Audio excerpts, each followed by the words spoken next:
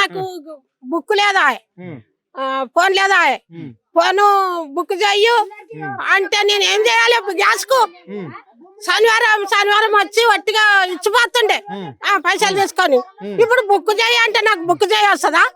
నాకు చేయొస్తుందా నాతో ఫోన్ ఉన్నదా పెన్షన్ వస్తుందా మరి వస్తుంది ఎంత గవ్వే కేసీఆర్ వేసిన 2000 గవ్వే ఇంకా 4000 ఇస్తానన్నాడు నారం గుంజుతున్నాడు ఇంకేం లేదు మరి ఎట్లా ఈసారి ఓట్లు వస్తే ఏమడుగా రైతు బంధు లేదు ఏది లేదు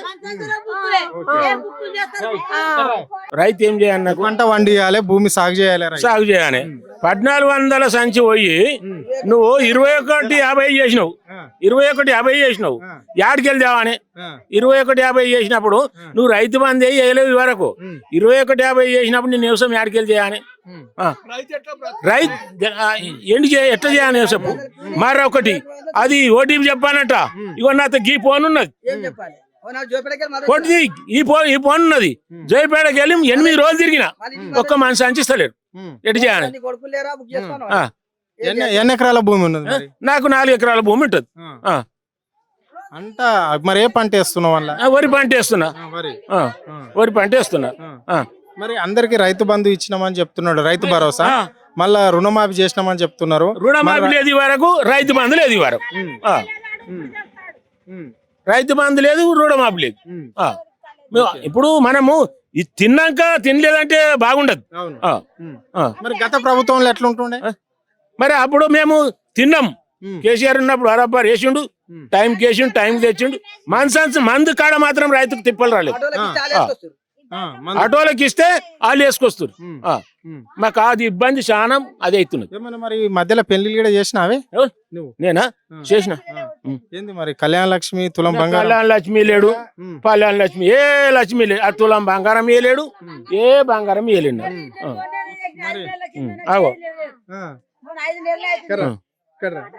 మాట్లాడు 5 నెలల కింద 5 నెలలు అయింది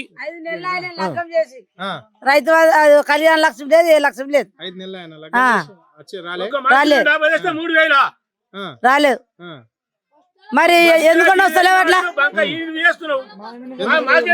గతంలో వస్తలే కేసీఆర్ గవర్నమెంట్ వచ్చినాయా అప్పుడు వచ్చినాయి అప్పుడు వచ్చినాయి కేసీఆర్ ఉన్నప్పుడు వచ్చినాయి ఇప్పుడు కళ్యాణ లక్ష్మి లేవు రైట్ అమ్మా ఓకే ఇది పరిస్థితి మనం చూస్తున్నాం కదా గ్రామాలలో రైతుల బాధలు ఇంత అంత కావు వీళ్ళు ఎంత ఆవేదన పడుతున్నారంటే వీళ్ళకి ఇప్పటి వరకు కూడా వ్యవసాయాలకు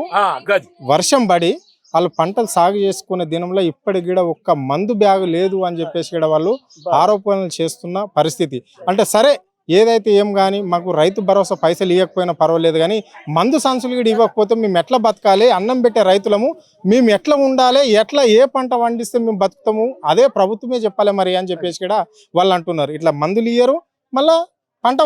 పంట వండకపోతే ఎట్లా బతకాలి మేము ఏం తిని బతకాలి మాకు ఉద్యోగాలు ఉన్నాయా లేకుంటే మా కొడుకులకు ఉద్యోగాలు ఉన్నాయా మా పిల్లలకు ఉన్నాయా మాకున్నాయా ఉద్యోగాలా లేవు ఉద్యోగాలు ఇస్తామని అట్లా కొడుతుంది ఇట్లా రైతులకు అన్ని అని చెప్పేసి అధికారంలోకి వస్తే రైతు రాజు అంటారు అంటే మంది సంచులు ఇయ్యరు సో ఇక్కడ రైతు ఏడిస్తే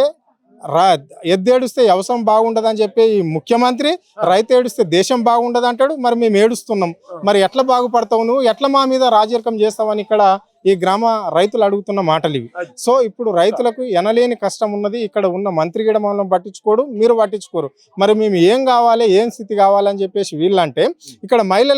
మహిళలకు పెద్దపీట చేస్తున్నా అని చెప్పి మహిళ ఓట్లను దన్నుకున్న ఈ రేవంత్ రెడ్డి ఇప్పుడు మహిళలను ఎందుకు ఇబ్బందులు పెడుతున్నాడు మహిళలకు 2500 ఏది పెళ్లి చేస్తే తులం బంగారం ఏదని చెప్పేసి ఈ గ్రామ ప్రజలు అడుగుతున్న మాటలు ఇవి వీళ్ళకి సమాధానం చెప్పాలి ఇక్కడ మంత్రి చెప్తాడా లేకుంటే ముఖ్యమంత్రి చెప్తాడా రాబోయే ఎన్నికల్లో మాత్రం కాంగ్రెస్ పార్టీని ఓడించడం తప్పదు అని చెప్పేసి ఈ గ్రామ ప్రజలు చెప్తున్న మాటలు ఇవి కెమెరా పర్సన్ కళ్యాణ్ తో అరుణ్ ఆద్య టీవీ హైదరాబాద్